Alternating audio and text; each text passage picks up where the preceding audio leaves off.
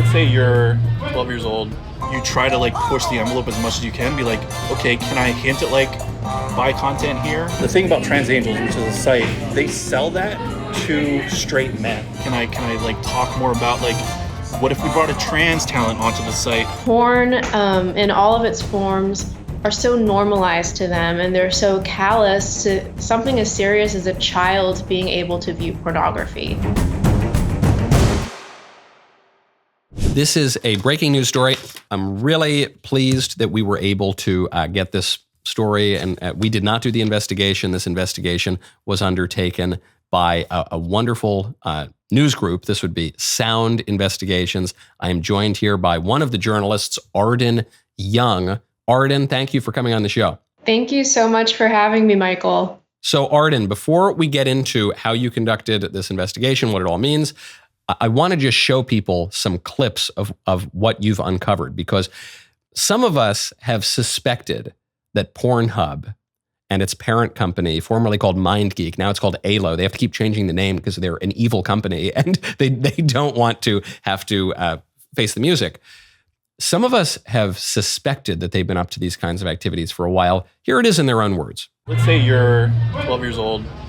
You're still figuring out your sexuality, maybe even your gender. Wouldn't it be helpful to see, not a celebration, but just like maybe a normalization of something that you think is what you want, you know? Probably helps a lot. Let's say I was 12 and I saw like Trans Angels, I saw all these different sites.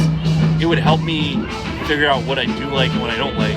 I need to try to push stuff that's less accepted. Like putting a trans male or a trans female in a scene, you wouldn't get that on a normal mainstream site. So test it out. See if you get a bigger audience with it. See if you can convert somebody, right? Like maybe somebody who's never looked for anything like that might find it interesting and click on it. Same thing for bi stuff, same thing for gay. That's another senior scriptwriter at MindGeek, now called ALO, but we all know it as PornHub. That's just the biggest pornographers on the planet. Two major discoveries here. One, they know that kids are looking at their content. They're totally fine with it. It obviously helps their business model. We all knew that. It's crazy to hear it in their own words. We all knew that. The second discovery, to me, is the most shocking. Senior scriptwriter here at the biggest porn company on earth saying, yeah, we're trying to convert straight guys into looking at gay porn or trans porn. We're always trying to push the boundaries. We're not even just serving the market that already exists for porn. We're trying to create new markets by creating new desires in people that they do not previously have, that are certainly out of the mainstream, that are considered more deviant. And we're going to slip that content into the porn to expand the palette, I suppose, of the customer. I can't believe they're admitting this. I know. I mean, I was sitting across from him. That was probably one of the last things I was expecting him to say. My instincts were to just ask him about the kinds of things they were marketing to people, because I knew he does primarily work on gay and trans pornography sites. That's mainly what he writes. And he was very, very open. He was very matter of fact. And in fact, he, like you saw, he even viewed kids viewing porn as a positive thing. So you're conducting this interview. This guy obviously has no idea what's going on. But you'd think if you were working for so degenerate a company and you were engaged in such, even today, frowned upon kinds of behaviors, you might play it a little closer to the vest, right? He didn't, though. Did it take much prodding, or was he just open about this? He was extremely open about this. And this, we're talking about Dylan in particular, the senior script writer for ALO. He was extremely open, extremely obliging, did not think my questions were strange or out of place at all. And it goes to show you kind of the mindset these employees of this company are in. Porn in all of its forms are so normalized to them, and they're so callous to something as serious as a child being able to view pornography.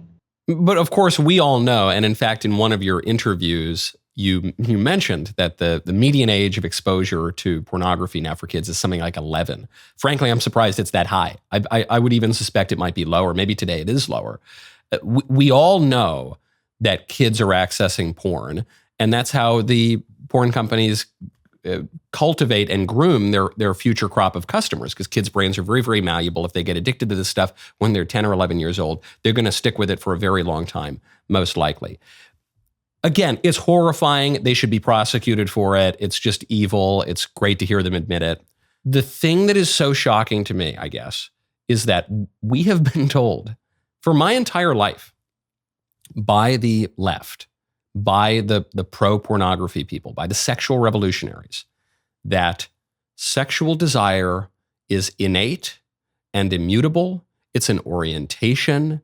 Nobody becomes gay, bisexual, trans. It's not you're born that way. And how dare you suggest? We'll probably be kicked off of social media for even repeating what this top porn employee who writes the stuff, who knows what he's talking about, what he is admitting on camera. We'll probably be kicked off even for repeating it. But what he is saying is, yeah, nah, that's all bunk. Actually, yeah, you can convert people. That's how our business model works. You got to slip in this weirder stuff. So you take a guy who's been straight his whole life, who's never entertained any other kind of thought, and then you try to get him. Well, actually, you went even in greater depth with him. Let's play that clip. The thing is like when you write for like Sean Cody, which is like primarily gay targeted, when you write for Trans Angels, which is trans female presenting targeted, you also try to see how much you can take of that and bring it to mainstream vanilla content, right?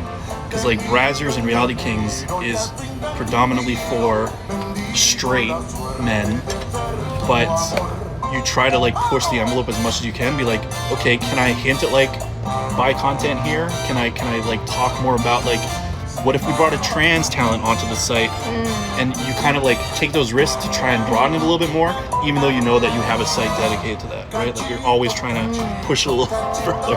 Because the thing about Trans Angels, which is a site, it's female presenting trans women, and like they sell that to straight men. Like that's the demographic. There it is. They're trying to trans the straight guys. I mean, that's not my words. Hey, social media companies, don't take me off for saying that. That's what the senior writer at MindGeek, the guy who writes all of this porn, he is saying, we are trying to take straight guys. Our target demo is converting straight guys into trans guys. Yeah, and I think he meant convert in the marketing sense, which doesn't really make it any better. It's the same sense. And yes, there's a whole conversation to be had about the business model and capitalism. But when we're talking about a product that involves, at a very deep level, your own desires and your own identity, then when you convert people to the product, you're converting them in their desire and their identity. Exactly. And I think they're completely motivated by profits. They just want to make a wider variety of content, more palatable and more profitable to the single viewer. And, going back to children accessing pornography, we're seeing more and more ID laws passed in the U.S., so now in many states, it's required to verify your age before entering a pornographic site. ALO, and the parent company of PornHub, is actively suing some of these U.S. states, trying to stop this from happening, because they openly admit that requiring their ID before accessing porn actually drives down their traffic by 80%. So for them, protecting children is not a concern. Maximizing profits is 100% their concern, and they don't seem to care who they harm in the process. Of course not. I thought it told the whole story when Utah first passed. I think it was Utah passed that ID law, and instantly PornHub said, "Okay, we're not doing business in the state of Utah anymore." He said, "Well, there you go. There you have it." Arden, tell me a little bit about the investigation itself, whatever you can without compromising your methods. Of course. Well, we were inspired to investigate PornHub in the first place because of a 2020 New York Times article called "The Children of PornHub." It really detailed struggles of often underage people to get their abuse videos taken off of PornHub, which were being advertised and monetized. So PornHub was benefiting monetarily from these videos, as well as the abusers uploading the videos. And through months and months of requests and begging PornHub to take these videos down, the videos were not taken down. Only after legal action was taken, this article came out, did PornHub start really getting scared and taking these things seriously.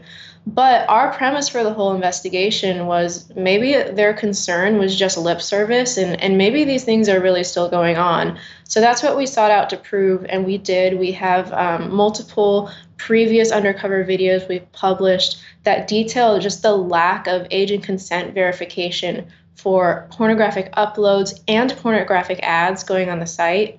Advertising porn to appeal to pedophiles and young teens.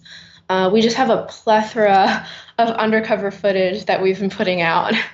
You would think, well, this is a ridiculous premise, I guess.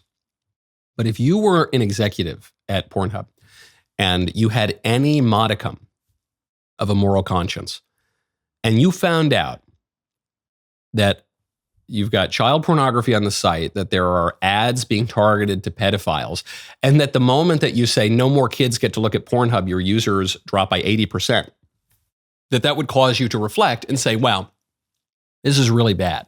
But they don't. Instead, they say, if you make us in any way try to keep kids off the site, we're going to boycott your whole state. Exactly. And in those states now, the only way to access PornHub is through a VPN, which they also own, VPN Hub. And up until not too long ago, it was actually rated for ages 4 and up in the App Store. Yeah. So VPN Hub, that's obviously not just a porn thing. If it's ages 4 plus, it's just a VPN that anyone can use to mask their. Right. It's just a VPN owned by PornHub. Wow. Have they explained why they keep changing the name? They went through new ownership at the beginning of 2023. It was actually bought a firm called Ethical Capital Partners. And so they went through this entire rebrand and renamed it ALO because of, all the bad press they had gotten under MindGeek. So I think they're really, they tout themselves as the leader in compliance, the leader in ethics of the adult industry. But if they truly are the leader in ethics of the adult industry, we have a huge problem. People have written into me. And whenever I interviewed a former porn performer and had a long interview with him. And people would write in about their terrible relationship to porn. Young men write into my show all the time. They say, I'm addicted to porn. I've been looking at it since I was 10 years old. And I have read accounts of men who say, I was just a straight guy. I was just a normal straight guy. I was married. And then I fell into this kind of weird trans porn, and now I think I'm a chick. Or you'd hear, I interviewed a trans widow, a woman whose husband left her to go pretend to be a woman. And I spoke to another expert on this subject, and she said that pornography use, even like mainstream stuff, the biggest porn company in the world, PornHub, porn use is an extraordinary predictor of people falling into this transgender identity. This is something, again, I don't think I'm allowed to say it on social media. This part will probably just have to be behind the Daily Wire paywall or on X. But I don't ever want to hear a social media company say that that's disinformation. They've got to take me off the air for saying that again. You're hearing it straight from the horse's mouth. Absolutely. And, we've gotten comment from ALO before on our past releases where different employees admit to different things. And in one of them, they actually allege that the employee is too high ranking to know what he's talking about in the video. He's too powerful. How could he possibly know what his underlings are doing? You've got to be kidding me. Yeah, so their responses to us have just gotten increasingly ridiculous. They've actually bragged about the fact that they report fewer incidences of child exploitation to the National Center Child Exploitation or like missing and exploited children, which is a requirement for US-based companies. So they're bragging that they've reported fewer incidences to the NCMEC than other major tech platforms. But the logic says, actually, you should be reporting as much as you can, because we know these things are happening on a platform literally dedicated to pornography, where random users are uploading pornographic videos. And by the way, if a user's face is not in a video, if it's filmed from the neck down, say, which is very, very common, it is impossible for these content moderators to verify that a face on an ID matches a body. And we have one of the employees saying it, that he was very concerned about that loophole, as he calls it, at one point.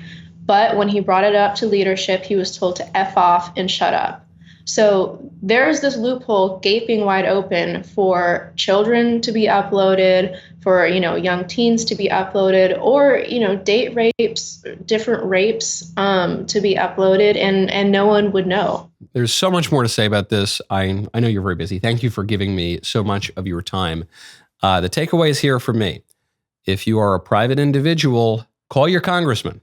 If you use the political order, this is as clear-cut a case for proper political action as I've ever seen. Stop looking at porn if for no other reason than the senior writers here are saying they want to make you gay and trans, okay? They want to screw up your head and twist your desires and wrench your very identity. If for no other reason, at least out of self-preservation, don't do that. Arden, incredible, incredible work. Thank you so much for coming on.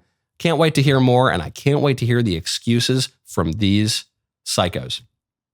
Thank you so much, Michael. It's a pleasure.